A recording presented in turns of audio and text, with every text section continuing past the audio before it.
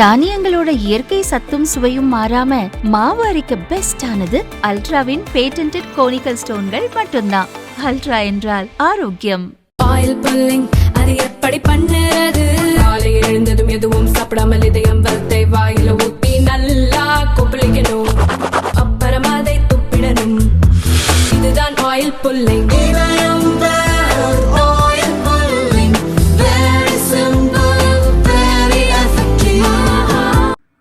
கேரள மாநிலம் வயநாடு பஞ்சரக்கோடு பகுதியில் பழங்குடியின பெண் ராதா புலி தாக்கியதில் இறந்தார். அங்கே நக்சல் தேடுதல் வேட்டைக்கு சென்ற அதிரடி படையினர் அவரது சடலத்தை மீட்டனர். வனத்துறையினர் புலியை சுட்டு பிடிக்க வேண்டும் என பெண்ணின் உறவினர்களும் பொதுமக்களும் போராட்டத்தில் ஈடுபட்டனர். வனத்துறையினர் அதிகாரிகள் நடத்திய பேச்சை தொடர்ந்து அவர்கள் அமைதியாக்கினர். இந்நிலையில் வயநாடு வைதிரி பகுதியில் உள்ள காஃபி தோட்டத்தில் அழுகிய நிலையில் ஒரு புலியின் உடல் கிடைத்தது. அது ராதாவை கொன்ற புலி என கூறப்படுகிறது. இதுபோல வயநாடு குறிச்சியாடு வனப்பகுதிக்குள் 2 புலிகளின் உடல்களை ரோந்து பணிக்கு சென்ற வனத்துறையினர் மீட்டனர். அடுத்தடுத்து 3 புலிகள் இறந்ததால் காரணத்தை கண்டறிய சிறப்பு குழுவை அமைத்து கேரள வனத்துறை அமைச்சர் சுசீந்திரன் உத்தரவிட்டார். வடக்கு மண்டல தலைமை வன காவலர் தீபா தலைமையில் 8 பேர் அடங்கிய குழு அமைக்கப்பட்டது.